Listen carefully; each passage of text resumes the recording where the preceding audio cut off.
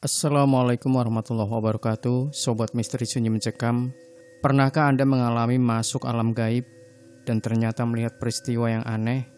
Seperti dalam kisah nyata berikut ini yang sudah kami siapkan untuk Anda, melihat peristiwa di alam gaib. Bisakah kita melihat makhluk dimensi lain? Bagaimana rupa mereka itu? Apakah mereka juga memakai kendaraan seperti kita? Apakah mereka juga bersosialisasi? Apakah mereka juga bisa terluka? Inilah sebuah peristiwa yang sangat unik. Bukan penggalan cerita televisi yang lagi musim menceritakan keberadaan alam gaib seperti sinetron Jini Oh Jini, Tuyul Mbak Yul, Jin dan Jun atau sinetron sejenisnya. Waktu itu sore hari, hujan sedang rintik-rintik membasahi bumi. Matahari sudah turun di ufuk barat, menunjukkan waktu maghrib hampir tiba. Para binatang ternak sudah masuk ke kandangnya masing-masing. Bahkan yang namanya ayam tidak berani lagi berkeliaran di pelataran karena matanya tidak lagi bisa melihat ketika senja telah tiba. Para santri dan jamaah masjid keluar dari rumahnya untuk menuju masjid atau musola atau surau tempat mereka melakukan sholat berjamaah. Pada saat itu saya sedang berada di perjalanan. Kendaraan yang saya kemudikan melintasi sebuah daerah yang tidak asing bagi saya.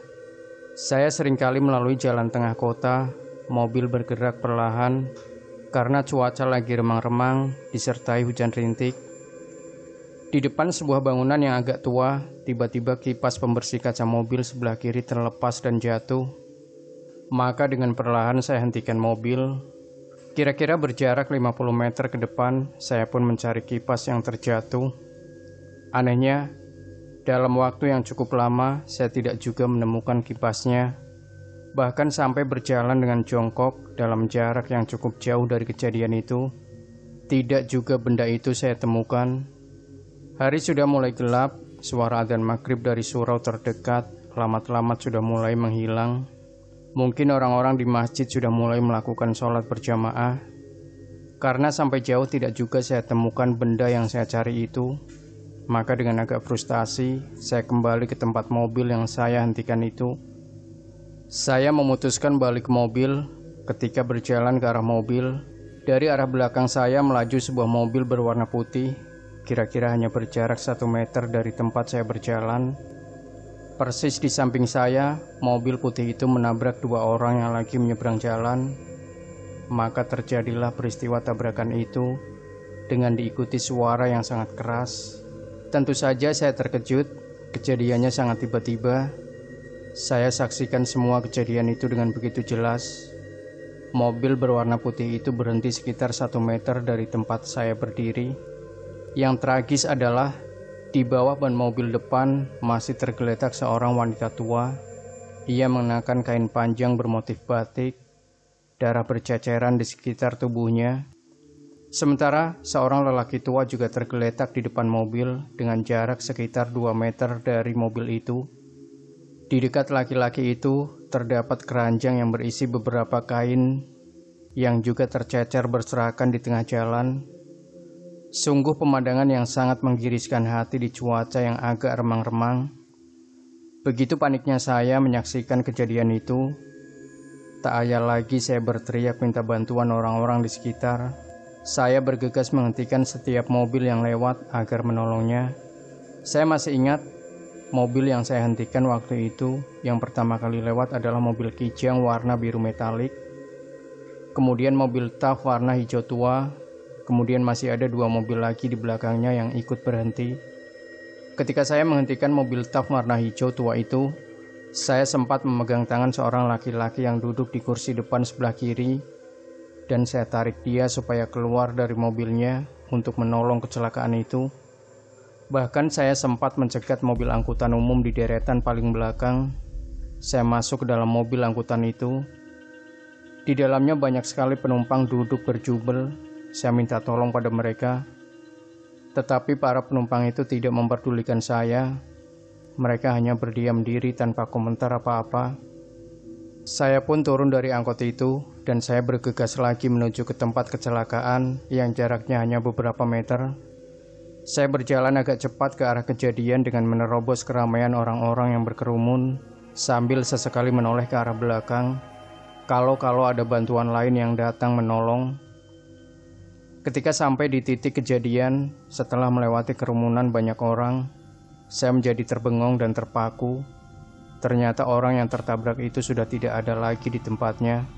Tidak ada darah, tidak ada keranjang, dan tidak ada pakaian yang tercecer. Saya menoleh ke arah mobil warna putih itu. Ternyata mobil itu juga tidak ada.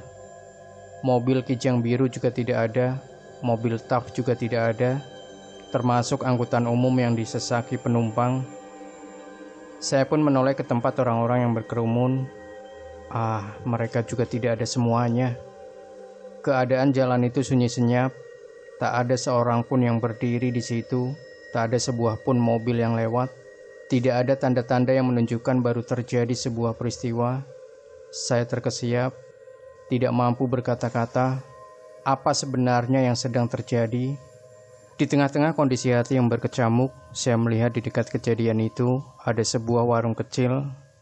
Di dalamnya ada seorang bapak tua yang berjualan rokok. Dia menggunakan ikat kepala, layaknya orang yang berasal dari daerah Jawa Tengah. Orang tua itu sedang asik menghisap rokoknya sambil melayangkan pandangannya lurus. Lurus ke depan seperti orang yang lagi melamun.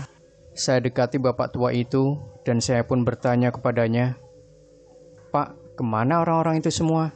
Bapak melihat kejadian tadi?" Orang tua itu tidak sedikit pun menoleh ke arah saya, tapi ia menjawab, "Kejadian apa? Saya sejak tadi di sini tidak ada kejadian apa-apa."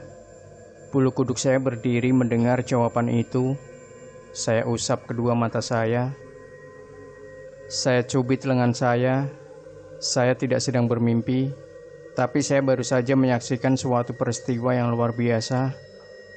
Akhirnya dengan perasaan yang tidak karuan, saya cepat-cepat pulang menuju rumah. Saya masih penasaran.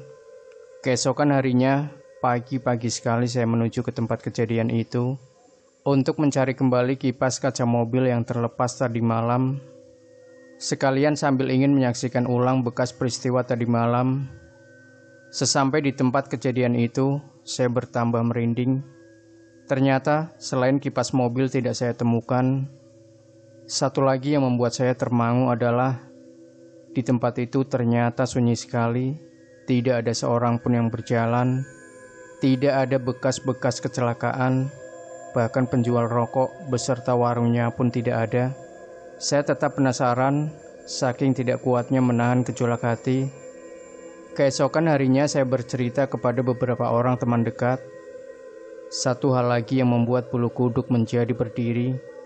Ketika saya bercerita tentang hal itu, ada seseorang yang memberikan kesaksiannya. Ia pernah diberitahu oleh orang tuanya bahwa di tempat kejadian yang saya ceritakan itu memang pernah terjadi peristiwa yang persis seperti apa yang saya lihat itu. Tetapi katanya, peristiwa itu sudah terjadi sekitar 12 tahun yang lalu. Subhanallah. Mendengar kesaksian itu semua orang saling pandang. Berbagai perasaan berkecamuk jadi satu, antara percaya dan tidak percaya, antara heran dan penasaran.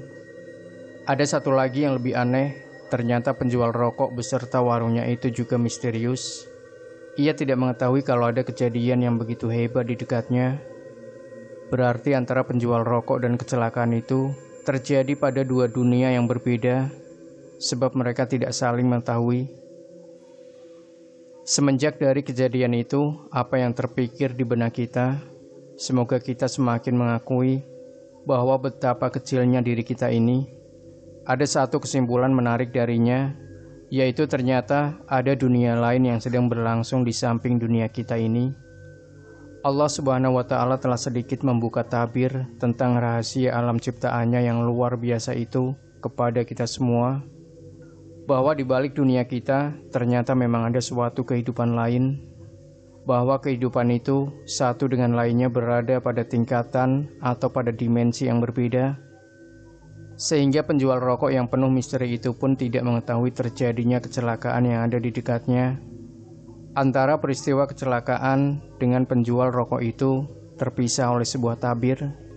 Saat saya menyaksikan kejadian itu, rupanya Allah sedang menyingkap tabir itu sedikit, sehingga saya bisa menonton dunia yang tidak sama secara bersamaan di waktu maghrib itu.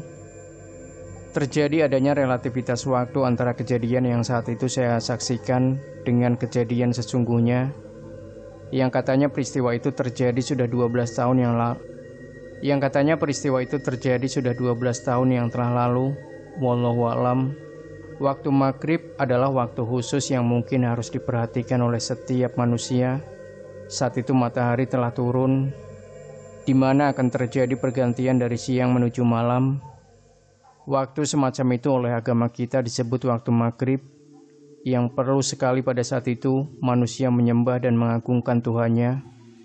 Allahu Akbar. Dengan mengangkat kedua tangan ketika takbiratul ihram, membuktikan bahwa manusia tak mempunyai daya apa-apa. Saya jadi teringat petuah para orang tua kepada anak-anaknya di zaman dahulu. Jika waktu senja telah datang, jika waktu sholat maghrib telah tiba, janganlah lagi ada yang di luar rumah. Masuklah ke dalam rumah, cepat ambil air wudhu untuk melakukan sholat maghrib, dalam rangka mengabdi dan menyembah kepada Tuhannya, langit dan bumi ini. Semoga dari peristiwa aneh tersebut, kita dapat mengambil positifnya. Semoga kita bertambah yakin akan datangnya hari perhitungan yang akan terjadi pada dunia lain, setelah terjadinya hari berbangkit kelak. Semoga semua itu akan menjadikan kita semakin yakin akan kekuasaan Allah yang tiada terhingga, dan semoga menjadikan kita semua lebih berhati-hati dalam menjalani hidup ini, insya Allah. Demikian Sobat Misteri Sunyi Mencekam, tinggalkan komentar Anda, like, share video ini, subscribe channel Sunyi Mencekam, dan kembali nantikan cerita-cerita misteri terbaru dari kami. Wassalamualaikum warahmatullahi wabarakatuh.